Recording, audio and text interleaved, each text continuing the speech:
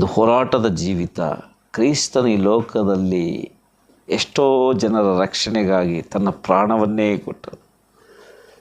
ಇವತ್ತು ಯೇಸು ಕ್ರಿಸ್ತರು ನಡೆದು ಹೋದ ಹಾದಿ, ನಿಂದೆ, ಅವಮಾನ, ಅಪಮಾನಗಳು, ಹಿಂಸೆಗಳು ತಾಳಿ ಸಹಿಸಿ ಆತನು ಮರಣವನ್ನು ಜಯಿಸಿದ ಮೃತ್ಯುಂಜಯನಾದ ದೇವರು.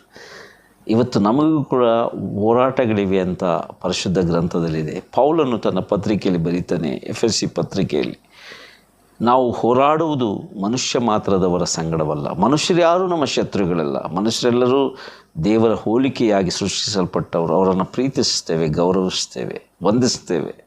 ಆದರೆ ನಮ್ಮ ಹೋರಾಟ ಆಕಾಶದಲ್ಲಿ ಸಂಚರಿಸುವ ದುರಾತ್ಮನ ಸೇನೆ ಮೇಲೆ, ಒಂದು ಕೆಟ್ಟ ಆತ್ಮ, ಒಳ್ಳೆಯ ಆತ್ಮ ಅಂತೇನು ನಾವು ಹೇಳ್ತೀವಲ್ಲ, ಹಾಗೆ ಆ ಕೆಟ್ಟ ಆತ್ಮ ಮನುಷ್ಯನನ್ನು ಪೀಡಿಸಿ ಸತ್ಯವನ್ನು ಅರಿಯದೆ